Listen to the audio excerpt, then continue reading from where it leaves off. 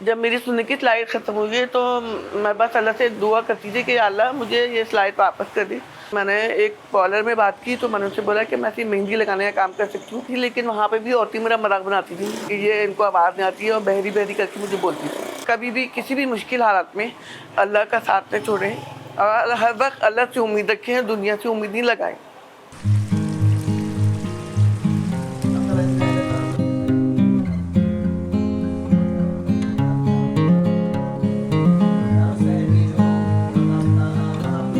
मेरा नाम हुमा महराज है और मेरी उम्र 49 साल है और मैं 2 साल से ये काम कर रही हूँ। और पहले मैं होममेड काम करती थी, अभी 2 महीने पहले मैंने ये रेस्टोरेंट खोला है। सुनने का मसला मेरा 11 साल से, कम से कम 11 साल हो गए इस बात को।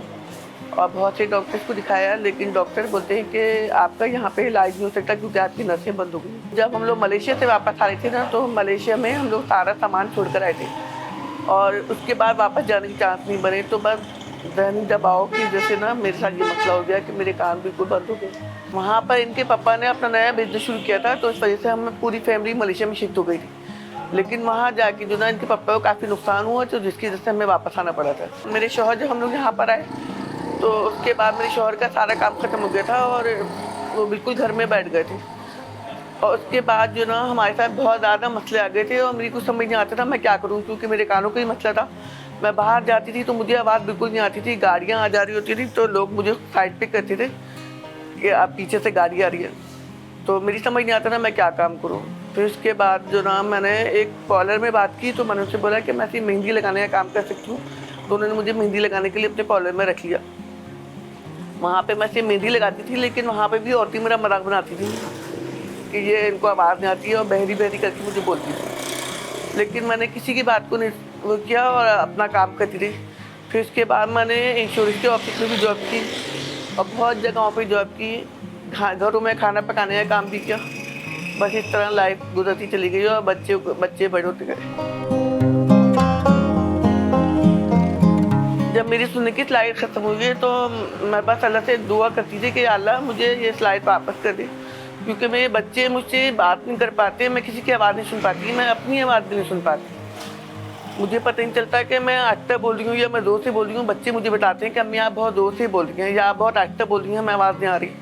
फिर लोगों को बहुत मुश्किल हुई मुझसे बात करने में और मैं अल्लाह से रो-रो के दुआ करती थी। लेकिन बाद में मैंने सोचा कि ये अल्लाह की तरफ से मेरे लिए कोई बेहतरी होगी। जब मुझे मेरे हस्बैंड ने तलाक दी ना, तो उस वक़्त मेरी कुछ समझ नहीं आ रहा था कि मैं कहाँ जाऊँ। और जब उन्होंने मुझे तलाक के अल्फ़ाज़ बोले तो मुझे तो आवाज़ नहीं आई। मुझे पता ही नहीं चला कि तलाक हो गई। मेरी बेटी ने मुझे बताया, मुझे यकीन नहीं आ रहा था कि मुझे इनके पापा ने तलाक दी। फिर मैंने एक किराए पे मकान लिया और मैंने अपनी फूफो से बात की कि आप मुझे किराए पे घर दिलवा दें।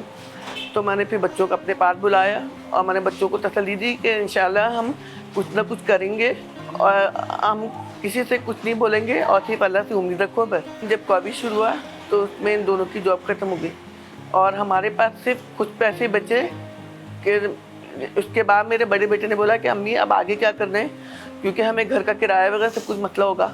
तो मैंने कहा जो थोड़े पैसे बचे ना, इसमें हम बर्गर बनाने का काम शुरू करते हैं। और मैंने इसको बोला कि तुम फेसबुक पे पेज बनाओ और मेरी बेटी जिसका इंतकाल हो चुका है, हिरा नाम था उसका, उसके नाम से हमने हिरा फूड शुरू किया। इसने फेसबुक पे पेज बना के और वो मुख्तलिफ ग्रुप में उसको सेंड कर दिया। और मैंने जो मेरे पास थोड़े बहुत पैसे थे वो मैंने अपने बेटे के हाथ पे रखे। मैंने कहा इसमें तुम बर्गर का सामान ला दो। उसने वो मुझे बर्गर का सामान ला कर दिया और इसने फेसबुक पे अपना पेज चलाया। तो कुछ लोगों के ऑर्डर्स आए, उन्होंने हमारी हौसला अफजाई की कि आपके बर्गर बहुत अच्छे हैं। तो बस इस तरह लोगों से मुझे हौसला मिला और मुझे थोड़ी बहुत परेशानी ये हुई कि मुझे आवाज़ का मसला होता था और लोग मुझसे बात करना चाहते थे कि आप ये बर्गर कैसे बनाती हैं, आप ये काम कैसे शुरू किया, लेकिन मैं बात नहीं कर पाती थी किसी से। और मेरे बच्चों ने मेरा बहुत ज़्यादा साथ दिया। दोनों बेटे मेरे साथ खड़े हो गए थे और मेरी बेटी और दामाद, उन्होंने भी मुझे बहुत हौसला दिया कि अम्मी आप सब कुछ कर सकती हैं, अगर आप हिम्मत रखें आप सब कुछ कर सकती हैं। फिर मैंने अल्लाह से दुआ की कि अल्लाह तू हमारे हालात बेहतर जानता है और तू ही हमें आगे सपोर्ट करेगा। इस तरह मैंने अपने बच्चों के साथ ये काम शुरू किया। मेरे पास ज़िंगर बर्गर भी है और चिकन बर्गर भी है और बीफ बर्गर भी है और जो भी खाते हैं वो बहुत तारीफ़ करता है कि आप बहुत अच्छे बनाती हैं, आपके हाथ में बहुत टेस्ट है, अल्लाह का शुक्र है।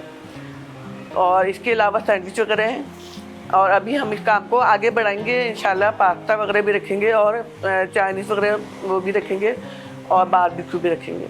दुकान का एड्रेस है R785 ब्लॉक 15 फैजल भेरिया और हमारा टाइम शाम को 6 बजे से लेकर और रात के 3 बजे तक का है।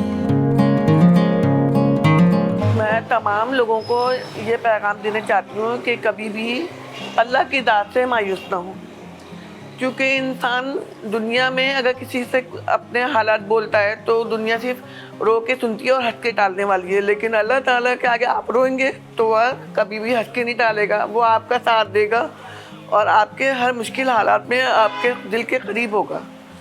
इसलिए मैं हर किसी से बोलूँगी कि कभी भी किसी भी मुश्किल हालात में अल्लाह का साथ न छोड़ें और हर वक्त अल्लाह से उम्मीद रखें, दुनिया से उम्मीद नहीं लगाएं।